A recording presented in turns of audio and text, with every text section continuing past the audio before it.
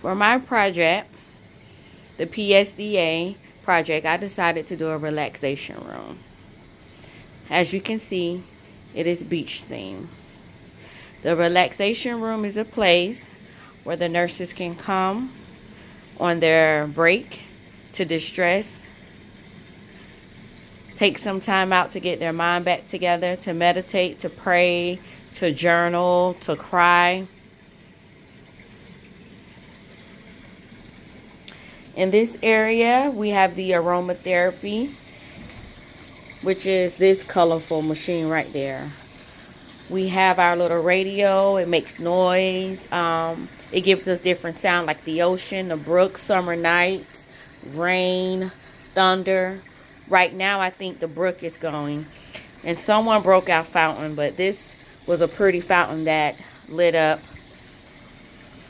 And in these drawers right here, these drawers, we have different kind of handouts for referral, for, you know, EPA, employee assistance. Different spiritual books are also in there.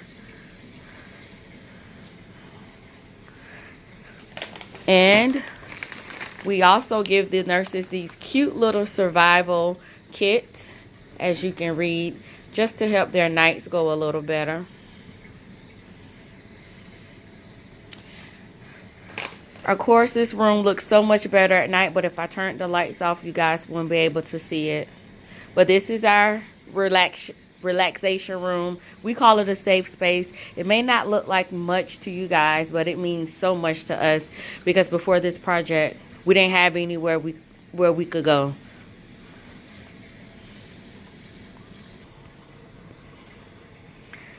Hi everyone, I'm Tia, and I am the creator of the Relaxation Room / Safe Space. The story behind the background, I am my nurse educator, which is the nurse that I'm following for this semester. Both of us have something in common, and both of us have lost a dear friend to suicide. A day before Mother's Day, my best friend decided to take her own life with a gun. And about 2 months later after that, my nurse educator lost a good friend, which was also a nurse practitioner. She hung herself in her family garage. So we brainstormed and we decided that something had to be done. So for our ICU unit, we decided that the way that we could reach out to nurses is by creating a relaxation place. So basically, it was a 2-week trial.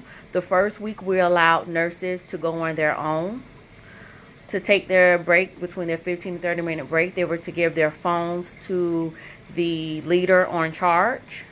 And out of 100 staff members, maybe 30 of them were able to use the room. Some of the barriers that persisted, which caused them not to be able to use the room, the main barrier was they weren't able to take their lunch because their patient acuity was too high. They were too busy. They wanted to complete their charting, and they didn't want to stay over late. So the second week, which is the second trial, I decided that the way that I can approve this is by allowing the nurses, well, basically taking away their choice to go. I forced them to go. If I saw a nurse that was struggling, I saw that they were frustrated, busy, on the verge of breaking down, I would take their phone, tap them on my shoulder, and tell them that they need to go to the safe space now. We made sure that the nurses' patients were cared for. The nurses, we took their phone, as I mentioned before, so the nurses didn't have to worry about their phone ringing. They were able to have an uninterrupted break. At the conclusion of the trial, we gave the nurses a questionnaire, asked them a couple of questions about how effective was the safe space. Do they think that it should be a permanent fixture on the unit? How important is it to have a place that nurses could de-stress? And so forth and so on. So forth and so on. All the nurses in unison agreed that this safe space was very appropriate for the unit. It helped them so much better. And by having a place that they could go and de-stress allowed them to better take care of their patients. If there's anything that I could suggest for the future nurses coming to the capstone, maybe the nurses could expand on ways to break the barriers of nurses being able to take their lunch breaks. And also for nurses that are in critical care units like the ICU, maybe they could expound on how beneficial it is to have debriefing and support huddles after traumatic events with patients, such as a patient death, such as cardiac arrest, or patients that have a lot going on, because sometimes that takes a toll on the nurses. This program is, as I mentioned before, this project was very near and dear to me. Even after this semester is over, my nurse educator and I, we are still meeting with administrators, managers from other units. They love our idea. They're trying to implement it on their units. So this project doesn't just end here. We actually are forming a council group where we have respiratory therapists. We have other nurse managers. Like when we started this project, so many people came to us and talked about their family members and who've committed suicide and how close this project is to them. And before I go, I'll leave you guys with the statistic. Female nurses have a 23% higher chance of committing suicide than the national average. So that lets us know that mental illness, it's real. It affects nurses. It affects doctors. The best thing we could do is to reach out to those who we think are showing the signs and symptoms. We can implement programs on our units and our hospitals. We need to advocate for mental health, because I never thought I would lose my best friend. She was only 34, a mother of 3. She was making straight A's. She was in nurse practitioner school, but she suffered from depression, and I guess things just got too tough for her. And, the other nurse practitioner, my educator's friend, she was a mother of 3, experienced nurse practitioner, and she took her own life. Like, this is real. And after doing this project, so many people came up to us and let us know they have our support. Doctors are willing to give us donations. Although this little small area that we have is small, but we are working very hard to get a permanent, it's down the hall, but a permanent office just for us to decompress. We have the hospital clergy on board. Like, I cannot thank this class enough, because this project was amazing. The nurses have somewhere to go. We've seen a change. And the background on our unit, we have a 22-bed neuromedical ICU unit. We're in the middle of Tampa. We get the sickest of the sick. The only thing we don't get is the trauma patients. We send them to Tampa, but we get everything else. And the acuity is so high. We get so many brain bleeds, brain traumas. We do so many brain surgeries. We get so many young people. We deal with so many deaths, and it takes a toll on us. So we are so glad to have this small little area in our break room. It means a lot to us. Most of it was out of pocket for I and Lavon, and many nurses, they contributed, because that big old that screen, that beach scene, yeah, that was a pretty penny, but we had to have it.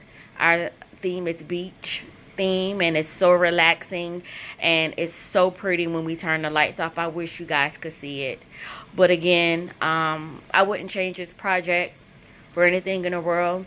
I wouldn't do anything different. The only thing, like I said before, we would change is that we're making nurses take breaks. Because we, as nurses, we have to take care of ourselves. We take care of everyone else. And our mental health is important. We're also, we're having massage day. We have a yoga instructor on board where they're coming twice a month to do yoga classes with us. Like, I just want you to know we're on it. And our program was a pilot, but it has been successful. And the nurses loved our little nurse survival kits. We give out care packages. It's amazing. I love this project. And I hope you guys love it too. I wish I could go on and on, but I'm running out of time, and you guys just really don't know how much this project means to me. I miss my best friend dearly. You know, I wish I could have paid attention to the warning signs. So I just want to help I want to help other nurses, so other people won't miss the warning signs for depression. You know, suicide affects everyone, and it's not just suicide, it's everything. Anxiety. Our new grads have anxiety. You know, they cry. I've even had nurses, you know, so frustrated, we find them hitting their head against the wall because they're so frustrated. We take care of really sick people. But before I go, I'm gonna let you guys see the safe space again. And also, I forgot to talk about the BSN learning outcomes. And basically, I can say number 8, which was value continuous learning that empowers personal and professional growth. This project hit that on the head. We value education. We're teaching our nurses the warning signs of a nurse in distress. We're using scholarly evidence and articles. We're presenting them in our meetings with the CEO and the CNO. Nurse leadership. Well, I have been newly promoted to assistant night manager, so I help run this unit, and I love being able to lead nurses, and this project has been the best thing ever to this unit. You know, like I say, I love this unit. I hope you guys like my video. I'm sorry I don't have any PowerPoint, but the type of project I did, I thought it'd be better if you guys were able to see it hands-on. So in closing, take care of yourself. Take care of your fellow friend, your fellow classmate. You never know what anyone's going through. Mental illness is real, and it kills. Thank you, guys.